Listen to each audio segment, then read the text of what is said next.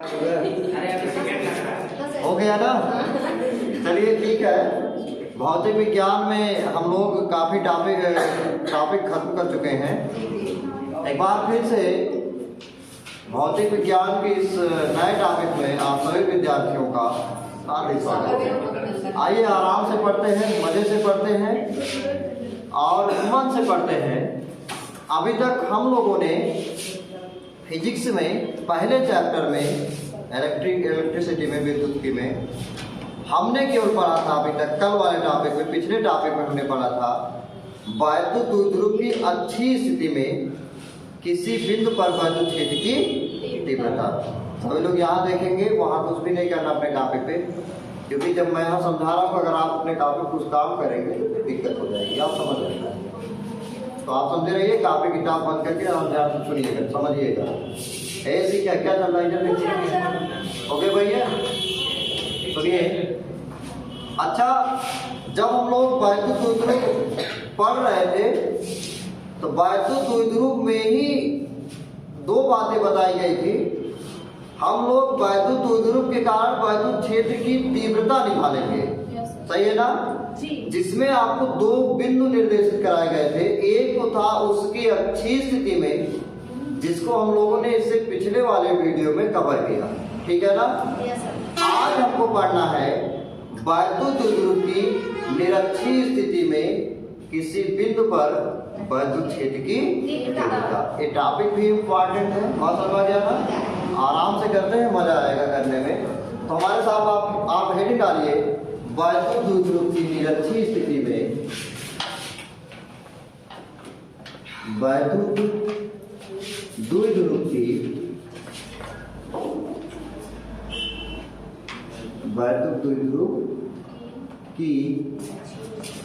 निरक्षीय स्थिति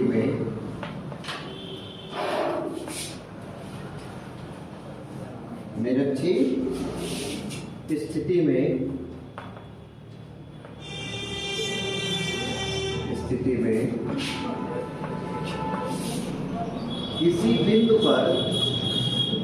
किसी बिंदु पर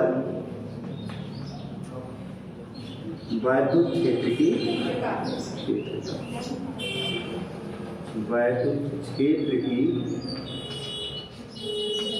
हो गया तीव्रता। वैद्युत क्षेत्र की तीव्रता निरक्षीय, ठीक है ना। हाँ सच है। निरक्षीय स्थिति में हो गया ना, क्षेत्र की तीव्रता हो गया ना। हाँ, वैद्युत क्षेत्र की तीव्रता हो गया ना।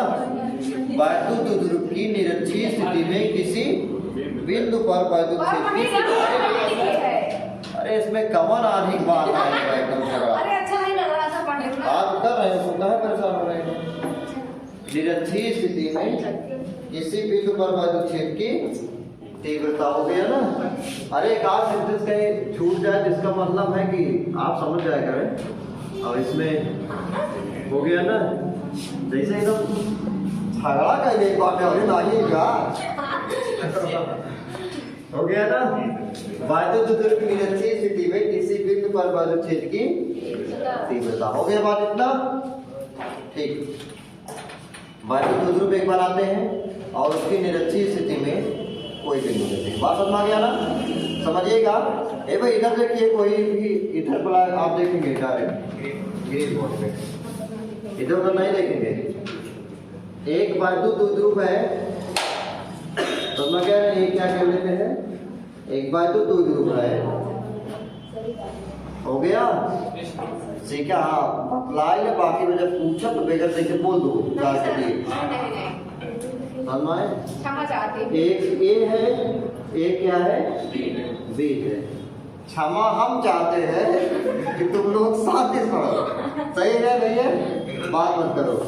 एक माइनस क्यों है, क्या है, प्लस क्यों होगा।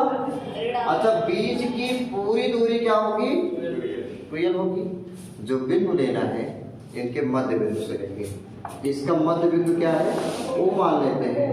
मध्य बिंदु से निरक्षीय स्थिति में मध्य बिंदु से क्या होगा, निरक्षीय स्थिति में यानी y अक्ष पर एक बिंदु क्या मान ले P, जिस पर वैद्युत क्षेत्र की तीव्रता E क्या करनी है, बात समझ गया ना। अब चूंकि पूरी वैद्युत द्विध्रुव के बीच की जो दूरी होती है अल्प दूरी होती है, यल भाग इसका और यल भाग इसका, पूरा 2l होता था। क्या होता था? 2l होता था। तो इतना क्या होगा यल, और मध्य बिंदु से इतनी दूरी क्या होगी यल होगी, पूरा 2l। तो आधा यल है स्मॉल यल और आधा स्मॉल यल, यही तो होगा। ओके बात इतना आप समझिएगा। अभी तक हम लोगों ने पढ़ रखा है किसी बिंदु आवेश के कारण किसी बिंदु पर वैद्युत क्षेत्र की तीव्रता, बात समझ गया ना। वैद्युत क्षेत्र की तीव्रता निकालने के लिए इस पर हम लोग एक परीक्षण आवेश रखेंगे Q0। क्या रखेंगे? Q0। आप समझिएगा Q0 रखेंगे। अच्छा, जब इस पर हम लोग Q0 रखेंगे परीक्षण आवेश को, तो इस बिंदु की इस -Q से दूरी देखेंगे, ठीक है ना, और इस बिंदु P की इस +Q से दूरी देखेंगे। सही है कि सही है? सही है ना। किसी बिंदु आवेश के कारण किसी बिंदु पर वैद्युत क्षेत्र की तीव्रता, किसी बिंदु आवेश के कारण किसी बिंदु पर वैद्युत क्षेत्र की तीव्रता, बात समझ गया ना। तो इतना दूरी ये P से क्या होगा, ए वाला दूरी है, और P से ही ये B की दूरी ये देखनी है। बात समझ गया? इतना बात कंप्लीट हुआ। दिशा समझिएगा। इस पर क्या है, परीक्षण आवेश रखे हैं +Q0, परीक्षण आवेश रखे +Q0, समझिएगा। इसकी वैद्युत क्षेत्र की तीव्रता मान लेते हैं वैद्युत द्विध्रुव के जो +Q ध्रुव है, इसके कारण +Q पर समान प्रकार का आवेश होगा, +Q। सही है ना। तो ये क्या करेंगे, प्रतिकर्षित करेंगे। इसके कारण जो वैद्युत क्षेत्र की तीव्रता है मान लेते हैं क्या E1 है। क्या है? E1 है। दिशा क्या आएगी, B से P की दिशा में, इसी दिशा में। सही है ना बात? इतना कंप्लीट हुआ। अब सोचिएगा -Q +Q को क्या करेगा, अपनी तरफ खींचेगा। अपनी तरफ क्या करेगा, खींचेगा, आकर्षित करेगा। क्यों? क्योंकि समान प्रकार के आवेश एक दूसरे को क्या करते हैं, प्रतिकर्षित करते हैं, जबकि विपरीत प्रकार के आवेश एक दूसरे को क्या करते हैं, आकर्षित करते हैं। बात समझ गया ना। विपरीत प्रकार के आवेश एक दूसरे को आकर्षित करते हैं, समान प्रकार के आवेश एक दूसरे को क्या करते हैं, प्रतिकर्षित करते हैं। बात समझ गया ना। हो गया ना इतना। अच्छा, इस पर कई उदाहरण हैं सामाजिक, लेकिन हम अभी टाइम ज्यादा हो जाए सुनते हैं इसको। समझ गया ना, कभी देखेंगे। ठीक है ना, भूलेगा नहीं। चलिए -Q इसको क्या करेगा, +Q को अपनी तरफ क्या करेगा, खींचेगा। इस प्रकार से मान लेते हैं ये जो वैद्युत क्षेत्र की तीव्रता है, क्या मान लेते हैं इसको, E2। क्या मान लेते हैं, E2। इतना बात कंप्लीट हो गया भैया, ठीक है ना। दूरी आप थोड़ा सा कैलकुलेट कर लीजिए, बस काम खत्म। बात समझ गया ना। अब समझिएगा, मानते जो बिंदु P है, मान लेते जो बिंदु P है वैद्युत द्विध्रुव के मध्य बिंदु O से R दूरी पर है। कितनी दूरी पर है, स्मॉल r दूरी पर। वही अच्छी स्थिति में भी लिया गया था, मध्य बिंदु O से स्मॉल r दूरी पर, अगर याद हो तो। सही है ना। अब समझिए स्मॉल r दूरी पर आप देखिएगा, यह जो एक जो बन रहा है, एक एंगल बन रहा है, मान लेते हैं कोण इसका क्या है, थीटा पर है। बिंदु P इस ध्रुव से कोण किस पर है, थीटा पर। ये भी क्या है, कोण किस पर है, थीटा पर। एक कोण क्या बन रहा है, एक 90 डिग्री का कोण बन रहा है। किसका बन रहा है, 90 डिग्री का। एक समकोण त्रिभुज है, नहीं है ना। इतना बात कंप्लीट हो गया। अब जरा बताइए पाइथागोरस का प्रमेय क्या था।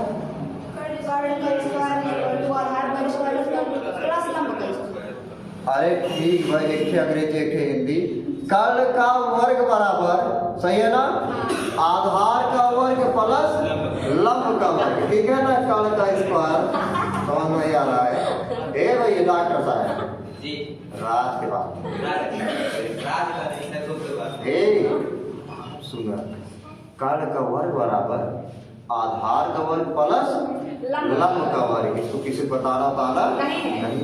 ठीक है ना, समझते निकालते हैं इसको। 90 अंक की जो सामने की भुजा होगी वो क्या होगी? कर्ण। कोण के सामने की भुजा क्या होगी? लंब। बाकी भुजा क्या होगा? आधार होगा। बात समझ गया ना? इस आधार पर देखिए, सोचिए समझिए, कर्ण का वर्ग बराबर यानी पीबी का वर्ग बराबर, पीबी का वर्ग बराबर कर्ण का वर्ग बराबर आधार का वर्ग। आधार मतलब क्या होगा? ओबी। आधार का वर्ग ओबी का वर्ग प्लस क्या होगा? लंब का वर्ग यानी पी से ओ का वर्ग, पी ओ का वर्ग। यही होगा भैया। हमको पीबी निकालना है ना, पीबी का वर्ग बराबर, सोचिएगा ओबी का मान कितना है? स्मॉल एल, दिख रहा है ना भैया? ओबी का मान कितना है? Small L. तो स्मॉल एल का क्या करेंगे? स्क्वायर प्लस पीओ क्या है? स्मॉल आर का स्क्वायर। सही है ना? कितना हो गया? इधर से जब स्क्वायर हटाएंगे, वर्ग हटाएंगे, उधर जाके क्या लग जाएगा? करड़ी। अंडर रूट स्क्वायर रूट में आ जाएगा। तो पीबी बराबर आप क्या पाएंगे? स्क्वायर में यल का स्क्वायर प्लस क्या होगा? आर का स्क्वायर। वीडियो अगर छोटा आता हो आप उसको फिर फुल स्क्रीन पर करके देखेंगे। बात समझ गया ना? अच्छे से दिखेगा, और दिखने से अच्छा अच्छे से बोल रहे हैं उसको आप सुन भी सकते हैं। बात समझ गया ना? वहां समझ सकते हैं। सही है ना? तो क्या होगा? पीबी का वर्ग बराबर क्या होगा? कर्ण का वर्ग बराबर आधार का वर्ग प्लस लंब का वर्ग, ओबी का वर्ग और प्लस क्या होगा? पीओ का वर्ग। हो गया भैया? ओबी का मान क्या है? स्मॉल एल है, स्मॉल एल का स्क्वायर। यहाँ क्या है? ओबी है, स्मॉल आर का स्क्वायर। इतना हो गया आनंद? इतना समझ आ रहा भैया? ब्यूटी समझ आ रहा ना? अब समझिएगा, अगर स्क्वायर हटाएंगे, वर्ग हटाएंगे तो क्या हो जाएगा? करड़ी। तो अंडर रूट यल का स्क्वायर प्लस आर का स्क्वायर। क्योंकि दोनों दूरियां क्या है? समान है, ए भी वही है, ए भी वही है। सही है ना? सही है ना? तो दोनों क्या आएगा? अब अंडर रूट यल का स्क्वायर प्लस आर का स्क्वायर, ए वाली दूरी, और यही दूरी है क्या? अंडर रूट यल का स्क्वायर प्लस आर का स्क्वायर। यही तो है ना? ना बात समझ आ गया ना? हमने माइनस क्यू से पी की दूरी निकाल लिया है, प्लस क्यू से पी की दूरी निकाल लिया है। अब हम बता सकते हैं किसी बिंदु आवेश के कारण किसी बिंदु पर वैद्युत की तीव्रता क्या होगी। किसी बिंदु आवेश के कारण किसी बिंदु पर वैद्युत की तीव्रता क्या होगी? निकाल सकते हैं? निकाल सकते हैं, निकाल सकते हैं। सही है ना? अब समझिएगा क्या करेंगे, लिख सकते हैं। हो गया ना? चूंकि किसी बिंदु आवेश के कारण, किसी बिंदु आवेश के कारण, किसी बिंदु आवेश के कारण, आवेश के कारण, ओके भैया, किसी बिंदु पर, किसी बिंदु पर वैद्युत क्षेत्र की तीव्रता, वैद्युत क्षेत्र की तीव्रता क्या पाएंगे? वैद्युत क्षेत्र की तीव्रता भैया E बराबर 1/4 पाई एप्सिलॉन नॉट। अगर परावैद्युतांक होता तो यहाँ कैपिटल के मान लेते, समझ गए ना? उसे बाकी आप करते हैं 1/4 pi epsilon not Q upon R का स्क्वायर। R क्या है बताइए हमको, जवाब दीजिए। R का मान क्या है? यहाँ पे यहाँ से यहाँ तक की दूरी क्या है? अंडर रूट यल का स्क्वायर प्लस आर का स्क्वायर। भाई जवाब नहीं दे रहे हैं। जवाब दे रहे हैं। मैं जवाब चाहता हूँ, पूछता है भारत। हो गया? क्यों अपान ये तो आर है ना? पूरे का क्या करें भैया? आर का स्क्वायर करना है ना? इसका क्या कर देते हैं? स्क्वायर। यही तो है ना आर का स्क्वायर? अच्छा ठीक है ना? इसकी दिशा क्या होगी? इसकी दिशा होगी P से A की दिशा में, यानी PA की दिशा में। हो गया भैया? PA की दिशा में। हो गया ना? PA की दिशा। इसी प्रकार से और भी निकाल लीजिए। हो गया भैया? इसी प्रकार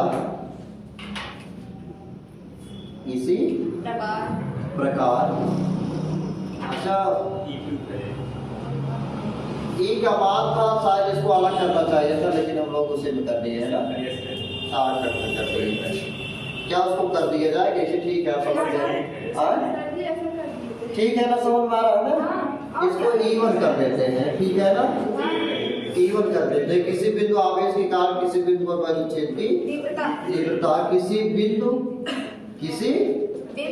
बिंदु आवेश, या अब यहाँ डायरेक्ट लिखते हैं, चूंकि हो गया ना, बिंदु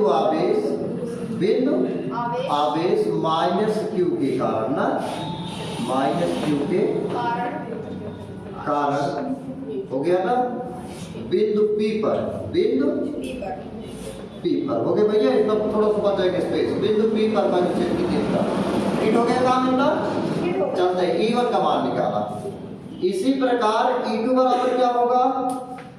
इसी प्रकार E2 बराबर फिर से 1/4 पाई एप्सिलॉन नॉट Q/, फिर से R का मान तो वही तो है ना, फिर से भाई R का मान यही तो है, सही है ना? तो क्या पाएंगे, √L का स्क्वायर प्लस R के स्क्वायर पूरे क्या करेंगे, स्क्वायर एक किसकी दिशा में है, B से P की दिशा में, यानी BP की दिशा में। हो गई बात इतना? अच्छा, जब स्क्वायर एक अंडर रूट है, एक स्क्वायर से तो हट जाएगा, तो बचेगा क्या, L स्क्वायर प्लस यही तो बचेगा भैया। आप इससे डरिएगा नहीं, अभी इसको करेंगे कुछ देर बाद, समझते रहेंगे। बात समझ आ गया ना? आओ सोचिए, हमने वैद्युत द्विध्रुव के ध्रुव A के कारण निकाला, यानी माइनस Q के कारण वैद्युत की तीव्रता निकाल दिया है। हालांकि इसके लिए क्या था, माइनस Q के कारण ये क्या था, E2, और प्लस Q के कारण क्या था, E1 था। कोई दिक्कत नहीं है, बात समझ आ गया ना? E1 और E2 फाइंड कर लिए हैं, निकाल लिए हैं। अब सोचिएगा, अच्छी स्थिति में बिल्कुल स्पष्ट था, दोनों एक दूसरे की दिशा के क्या थे, विपरीत थे। सही है कि नहीं सही है? ठीक है ना? यहाँ समझिएगा, यहाँ एक दिशा E है और एक दिशा A वाला है, तो कौन सा दिशा नेट है ना, तो अभी ये विपरीत है, सही है ना? इसकी दिशा देखिएगा, सोचिए, इसकी दिशा A वाला है, A वाला E1 A है, इसकी दिशा A है, तो क्या दूसरे विपरीत है? विपरीत नहीं है, विपरीत होता इधर होता ना, तो एक ही दिशा में है, सही है ना तो समान दिशा में है। E1 और E2 देखिएगा भैया, E1 और E2 एक दूसरे के समान दिशा में ना तो है और ना तो विपरीत है। अब क्या करेंगे, इसको आप वियोजित कर देंगे, वेक्टर का वियोजन लगाइए। बात समझ में गया ना? वेक्टर के क्या करते हैं, वियोजन, यानी लंबवत घटक और क्षैतिज घटकों में क्या कर दीजिए, विभाजित कर दीजिए। समझ में गया ना? या लंबवत घटक, उसे क्षैतिज को क्या बोलते हैं, समांतर भी बोलते हैं। बात समझ में गया ना? अब समझिएगा। अब देखिए, O से P देखिए, O से P देखिएगा, O से क्या देखे, P देखिए। इसको हम लोग कोई मोटरसाइकिल लेके रोड पे चमक रहा है, लेकिन कोई दिक्कत नहीं, दिख रहा है ये भैया। देखिए, O से P को देखिए, हो गया ना? समझिएगा, अगर इधर इसको बढ़ा दे, इधर इसको क्या कर दे, बढ़ा दे, इस प्रकार से, जैसे कोई मान ले परिणामी वेक्टर E है, मान लीजिए परिणामी वेक्टर क्या है, E है, ये आपका x अक्ष है, ये क्या है आपका y अक्ष है। तो दोनों पे जब लंब डालेंगे, ये वाला लंब डाल दिया हमने, यहाँ से ये वाला लंब डाल दिया, बात समझ आ गया ना? देख रहे हैं ना? तो ये दो वेक्टरों में ये क्या है, इसका क्षैतिज घटक है, ये क्या है आपका इसका ऊर्ध्वाधर घटक है। बात समझ आ गया ना? क्षैतिज घटक cos थीटा और ऊर्ध्वाधर घटक sin थीटा में होता है। ऐसा शायद पिछले वाले एक दो टॉपिक में किए गए, अभी नहीं किए गए, है ना? किए गए नहीं, हो गया ना? देखते हैं, समझते हैं। देखिए, अब क्या करेंगे, इस पर जब लंब डालेंगे, देख रहे हैं भैया, हो गया ना? ए वाला क्या होगा, इवन साइन थीटा। ये क्या होगा, इवन साइन थीटा। ए वाला क्या होगा, समझिएगा ध्यान से, इवन साइन थीटा। सब मिटा रहे हैं इसको थोड़ी देर के लिए। यहां से क्या होगा, ए वाला इवन साइन थीटा, यहां इस पर इसको लंब डालिए, ये क्या होगा, E2 पागल, ये भी लंबवत घटक इसका, समझ गया ना, ये भी लंबवत घटक है। ये क्या होगा, E2 साइन थीटा। क्या होगा, E2 साइन थीटा। ये इवन साइन थीटा, ये ऊपर वाला भाग दिख रहा है, ये इवन साइन थीटा ऊपर है और E2 साइन थीटा क्या आ गया, नीचे आ गया। बात समझ गया ना। अब देखिएगा इसके जो लंबवत घटक है, एक की दिशा ऊपर है, एक की दिशा क्या है, नीचे है। दोनों दिशाओं के विपरीत होने के कारण क्या हो जाएंगे, निरस्त हो जाएंगे। बात समझ गया ना। जब हम लोग क्या करेंगे, यहाँ तक बिंदु था ना, यहाँ तक बिंदु था भैया ना, इसी को हमने ऊपर बढ़ा दिया। अब यहाँ हमने एक लंब डाल दिया, यहाँ से एक लंब डाल दिया, तो जो लंबार्धक ही मिला है, ये इवन साइन थीटा क्या है, E2 साइन थीटा। दोनों की दिशाएं क्या है, एक दूसरे के विपरीत होने के कारण, एक ऊपर एक क्या है, नीचे। इवन साइन थीटा और E2 साइन थीटा क्या हो जाएंगे, निरस्त। बात समझ गया ना। उसी चीज को हम लोग यहाँ लिख सकते हैं, ये वाला दर्शा रहे। अब देखिएगा, ये वाला दर्शा रहे, इसको मान रहे हैं क्या, इसको वैद्युत ध्रुव के एक समांतर क्या माने रहे, एक अक्ष मान रहे हैं। बात समझ गया ना। तो ये क्या होगा, अब ये वाला जब करेंगे, ये वाला जो भाग करेंगे, ये क्या हो जाएगा, ये समांतर अक्ष होगा इसका। ये वाला क्या होगा, ये वाला भाग और ये वाला भाग क्या होंगे, समांतर अक्ष होंगे, नहीं होंगे। समझ गया ना।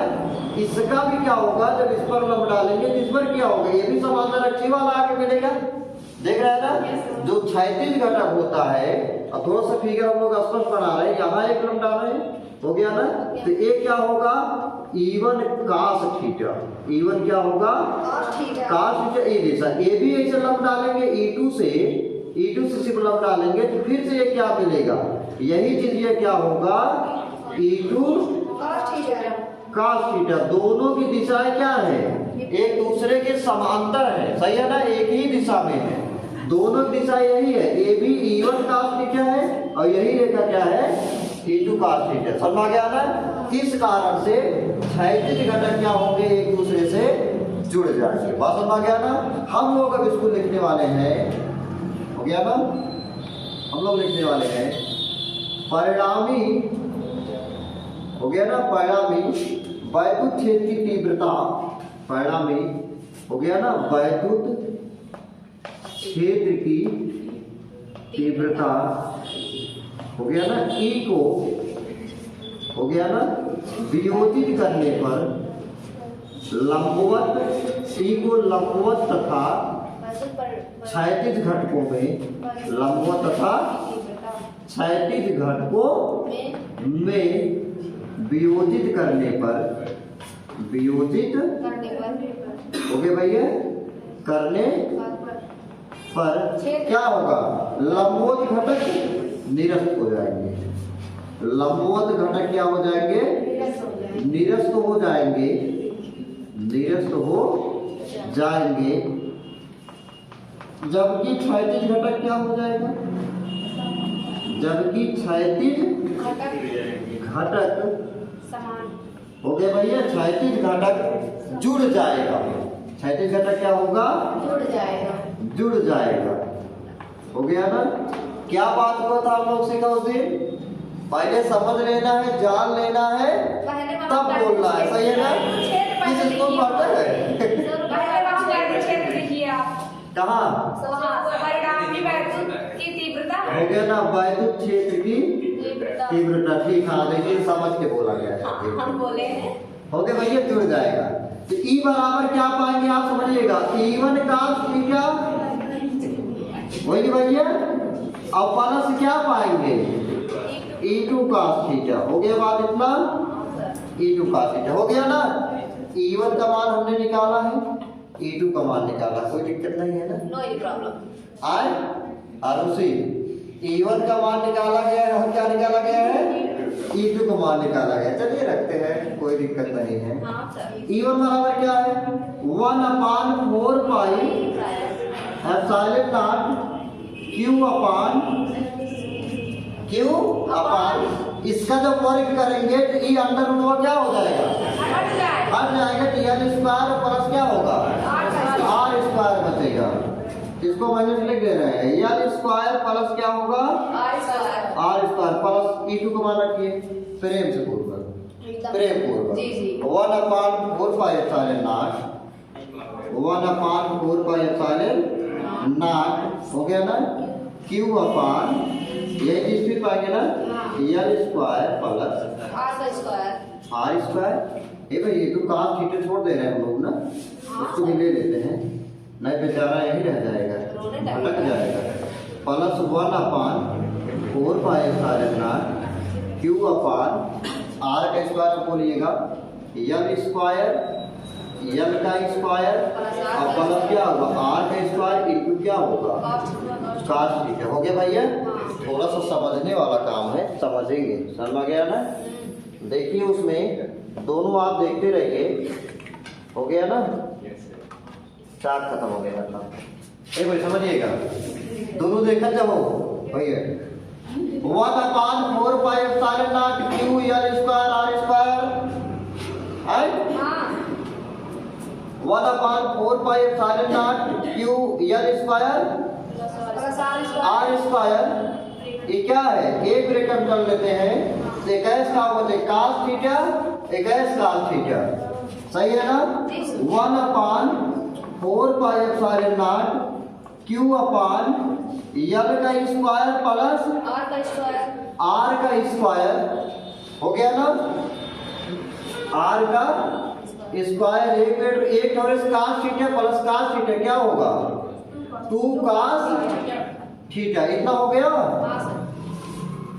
अरे राम, 2 के बेचारे कहीं कर बताइए 1/4πε ब्यूटी कीजिए जाए 2 को यह करिए अलग समझे।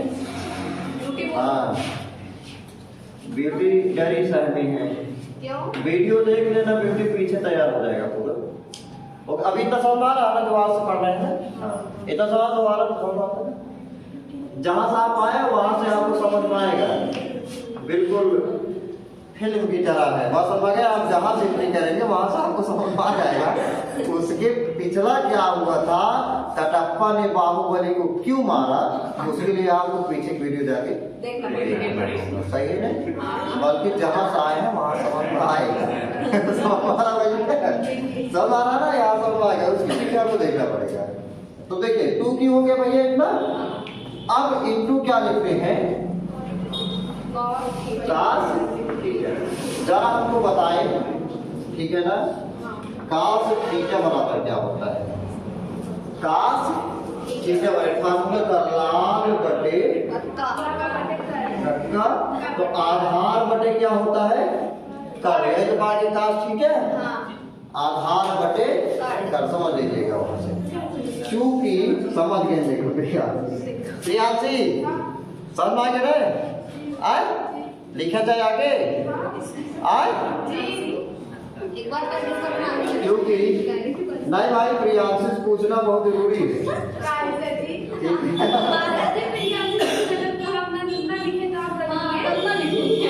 नहीं लिखेंगे लेकिन थोड़ा भाई सभी को जगह देना पड़ता है, मतलब साथ को लेकर चलना है ना, सबका साथ सबका विकास, इसको कहते हैं वो विकास की, जब प्रधानमंत्री जी का भी यही निर्णय है, सबका साथ सबका विकास, वही हम लोग थोड़ा सा अप्लाई करने की कोशिश कर रहे हैं, सबका साथ सबका विकास। cos थीटा बराबर क्या होगा जरा सुनिएगा फिर से, आधार बटे कर। आधार कौन है, आधार कौन है, अरे भाई यल है, यल को हम क्या वो भी अभी कर रहे हैं, बस समझिएगा।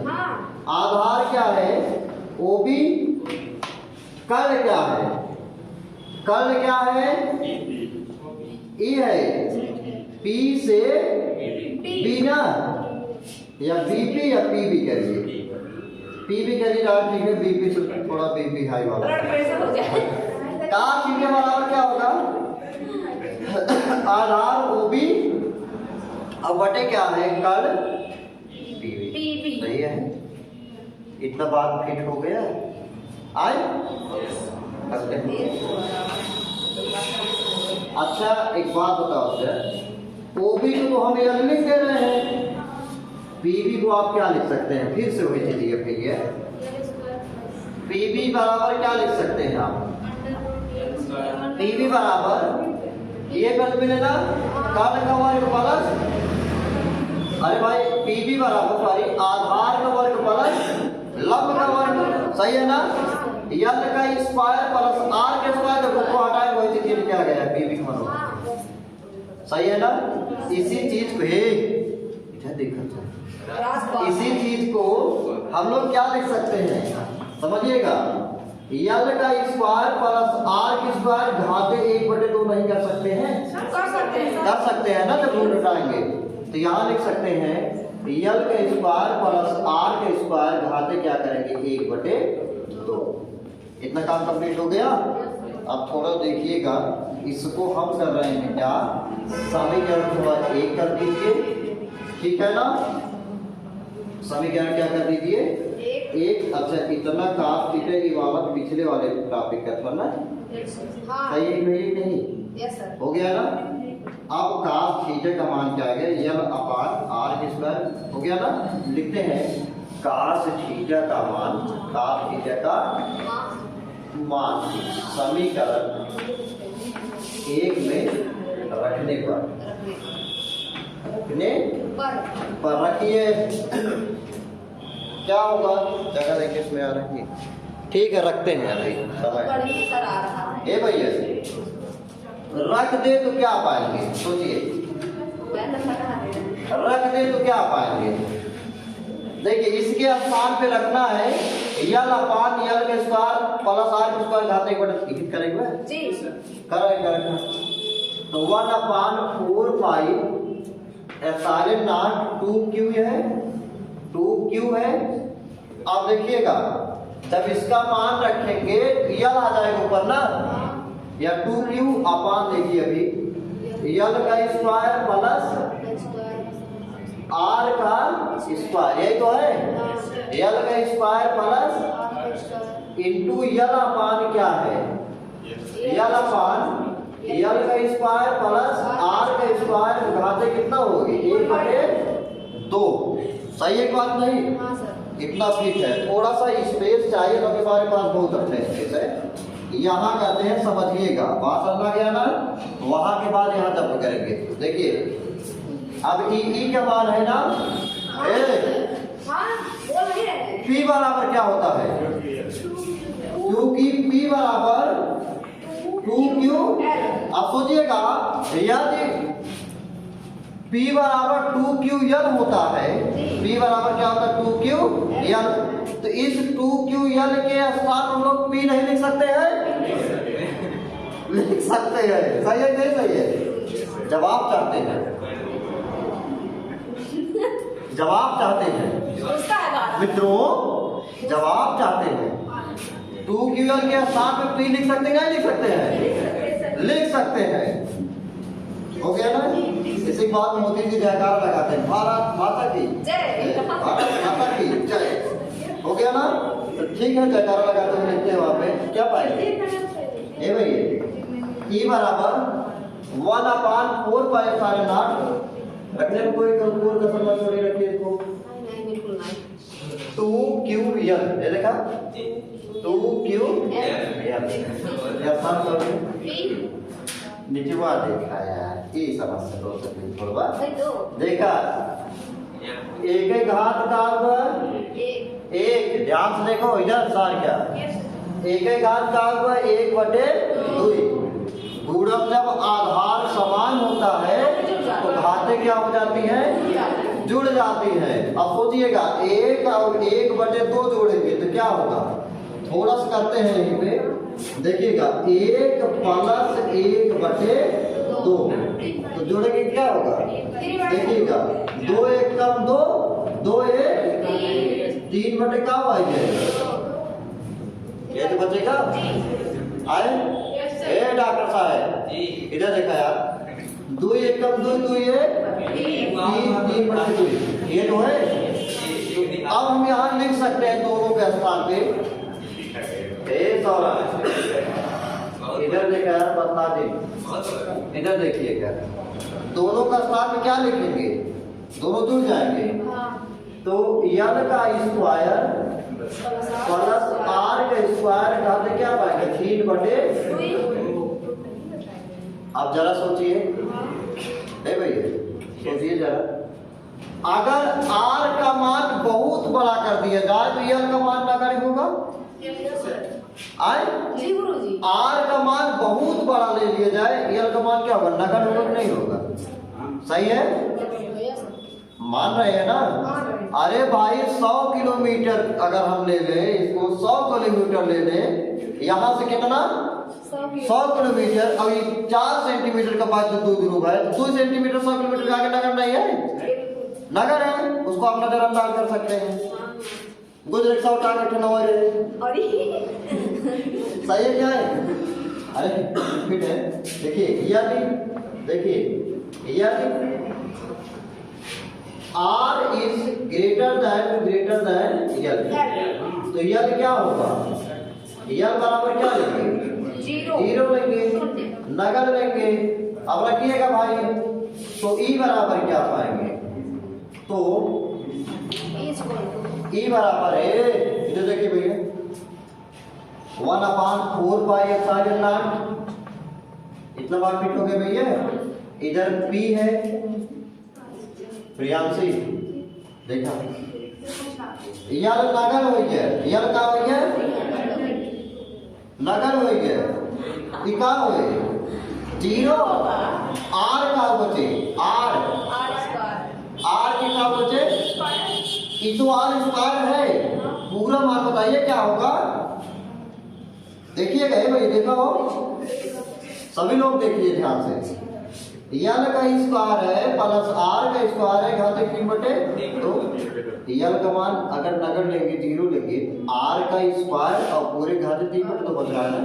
तो देखिएगा हो गया ना, देखेंगे लाइट चली गई है, हो गया ना। अरे भाई वो वाला कुछ चला दो ना थोड़ा, 1 मिनट के लिए, हो गया ना।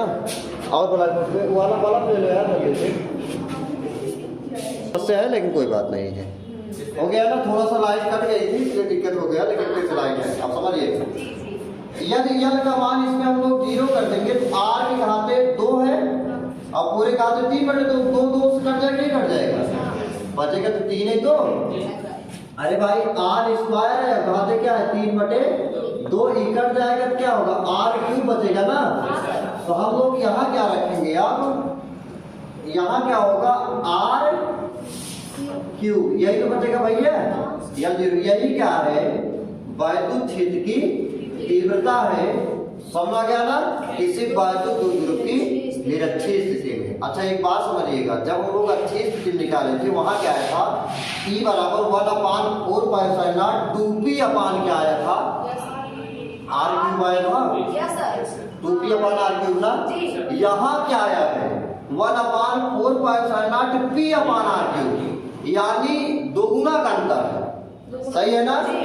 किसी वैद्युत ध्रुव के कारण, किसी वैद्युत ध्रुव कारण उसकी अच्छी स्थिति में वैद्युत क्षेत्र की तीव्रता, उसकी अच्छी स्थिति में वैद्युत क्षेत्र की तीव्रता उतनी ही दूरी पर निरक्षीय स्थिति में वैद्युत क्षेत्र की तीव्रता का 2 गुना होगा। सही है कि नहीं सही है? भैया दूरी आर ए भी अगर समान कर देंगे, जैसे 4 मीटर अगर हम लोग अच्छी स्थिति में ले रहे हैं, वैद्युत क्षेत्र की तीव्रता 8 आता है, ठीक है ना, वैद्युत क्षेत्र क्या आता है 8 आता है। तो क्या करेंगे, 4 मीटर दूरी पर निरक्षीय स्थिति में लेंगे, उसका आधा हो जाएगा, 4 आएगा। सही है सही है। इस बात को हम लोग 22 सवाल प्रॉब्लम के साथ देखेंगे। कोई वैद्युत ध्रुव होगा, सेम दूरी पर अच्छी स्थिति निकालेंगे, सेम दूरी पर निरक्षीय स्थिति निकालेंगे, देखेंगे अंतर होगा। बात समझ आ गया ना। निरक्षीय स्थिति में जो वैद्युत क्षेत्र की तीव्रता होगी वो अच्छी स्थिति में जो निकलेगा वो निरक्षीय स्थिति का 2 गुना होगा।